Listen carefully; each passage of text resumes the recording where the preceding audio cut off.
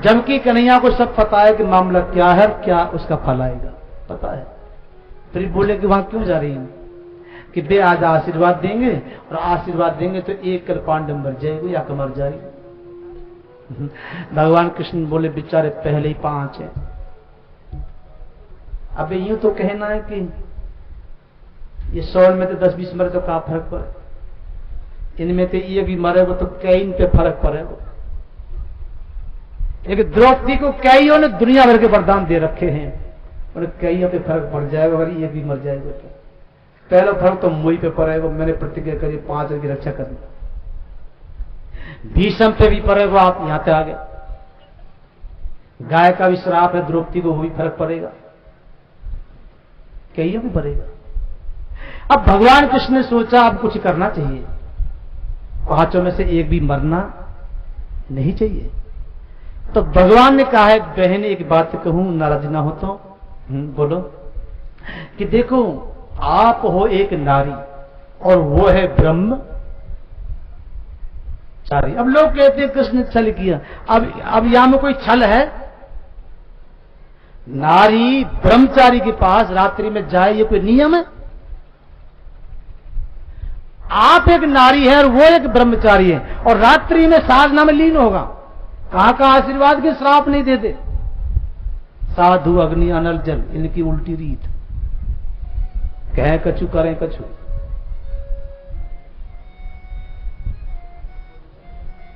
बहन आपको आशीर्वाद लेना तो एक प्रार्थना करूं, वो तेरे ही पक्ष के हैं, सवेरे ले लीजिए। भीष्म पितामह ने जो घड़ी चुनी कि मैंने जो भी कमाया आज तक तेज के रूप में, इस घड़ी में मुझे देना है, मैं इनका नमक खाता हूं, वो घड़ी जो चुनी उस घड़ी को चुका रहे हैं श्री कृष्ण। ये घड़ी चूक जाए फिर जीत हमारे हाथ में। अब देखो कन्हैया को, वहां भीष्म पे तो कोई बात चली ना, बेचारे उनके ऊपर चली। देवी वो ब्रह्मचारी है, आप नारी है, उल्टो काम नहीं हो जाए, तुम चली जाओ अपने घर, दिन में आशीर्वाद ले लीजिए, तेरे पक्ष में है तो मैं तो दे ही देंगे।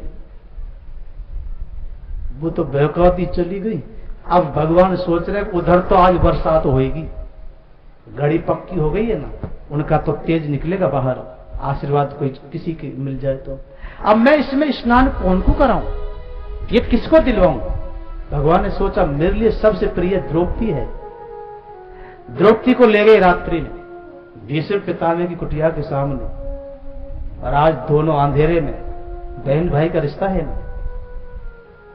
द्रौपदी ने हाथ उठाए ऐसे, कन्हैया कोई जरूर राज है जो मुझे आप यहां लेके आए हैं। से जुड़े हुए हाथ द्रौपदी के भगवान ने पकड़ लिए। हाँ बहन द्रौपदी, तेरे और मेरे ही द्वारा इस महाभारत का एक बहुत अंधेरे का विनाश होगा, उसमें मुख्य पात्र तू और मैं ही है। हे बहन द्रौपदी, मुझे तेरे सहारे से इस महाभारत के द्वारा बहुत बड़े अत्याचार का अंत करना है, इसलिए मैंने इस महाभारत की लड़ाई का केंद्र तुम्हें बनाया है। आज भी मैं तुम्हें एक निवेदन कर रहा हूं कि आप पितामह के पास जाओ, और जो आज तक नियम था कि पहले पिता और पति का नाम बताते, फिर गांव शहर का नाम बताते, फिर खुद का नाम बताते, फिर प्रणाम करते, ये नियम बदल दे।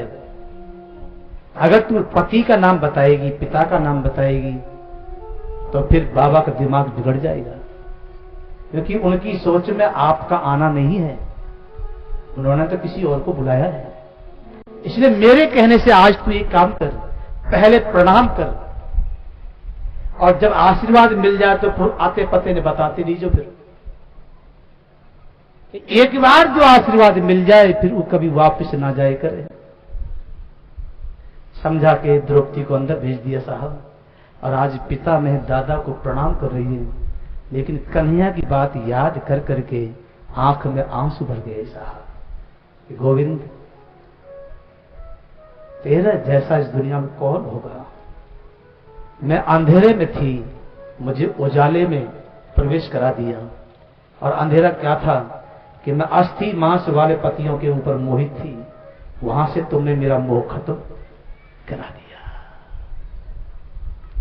कितना ख्याल है तुमको मेरा। ऐसी बात तो कर करके आंख डबडबा गई।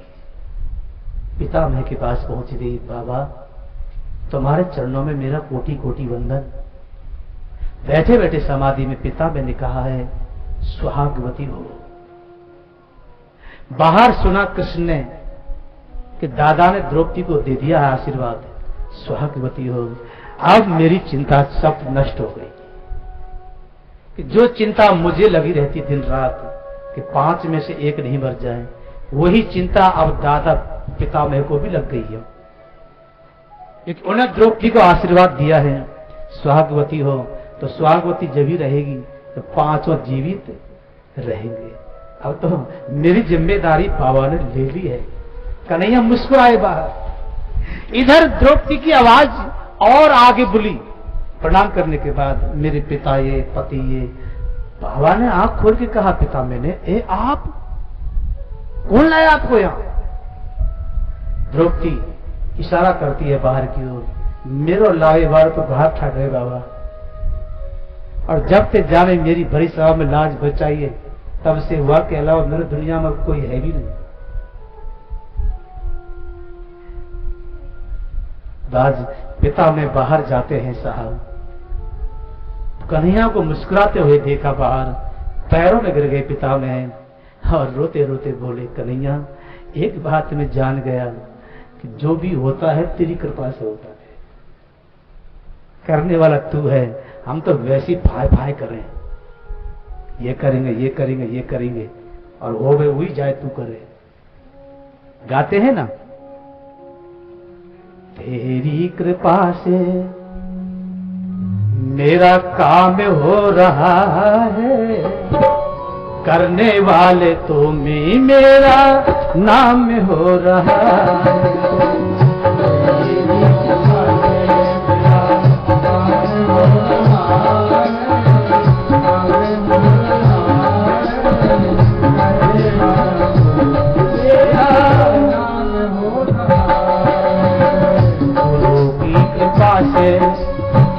गुरु की कृपा से मेरा काम हो रहा है, काम हो रहा है, करने वाले आप, मेरा नाम हो रहा है।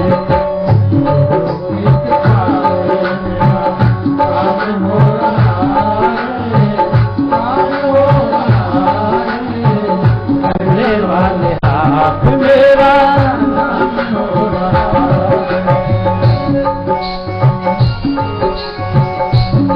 हो रहा है, काम हो रहा है, करने वाले आप, मेरा नाम हो रहा है।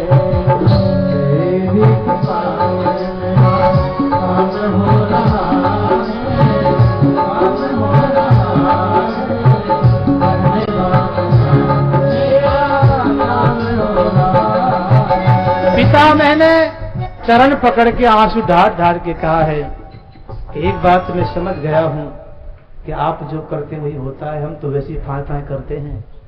हे गोविंद, आपसे एक विनती है मेरी, मैंने द्रौपदी को जो दिया है, वैसे तो मैं नहीं कह सकता और अच्छा भी नहीं लगता मेरे द्वारा, फिर भी मैं कह दूं आपके सामने, मैंने जो द्रौपदी को दिया है, अगर आपको लगे कुछ दिया है तो इसके बदले में मुझे भी कुछ दे दो। और भगवान कहने लगे, दादाजी आप कैसे सच्चा रहे, अरे आप खुले में बोलो, आपने द्रौपदी को जो दिया है वो मैंने भी नहीं दिया अभी तक। गलतियां जरूर आपने की हैं, उस बड़ी सभा में आप भी चुप हो गए। कम से कम आपको तो उस समय गर्ज के बोलना था, चलो वक्त की बलियारी, पर फिर भी आपने उस दोष को दबाने के लिए आज कुछ दे दिया है, दोष दब गया। आपने द्रौपदी को सुहागवती बताया है, कहा है, तो मेरी चिंता आपने ले ली, और इसके बदले में आपको जो चाहिए सो मांगो।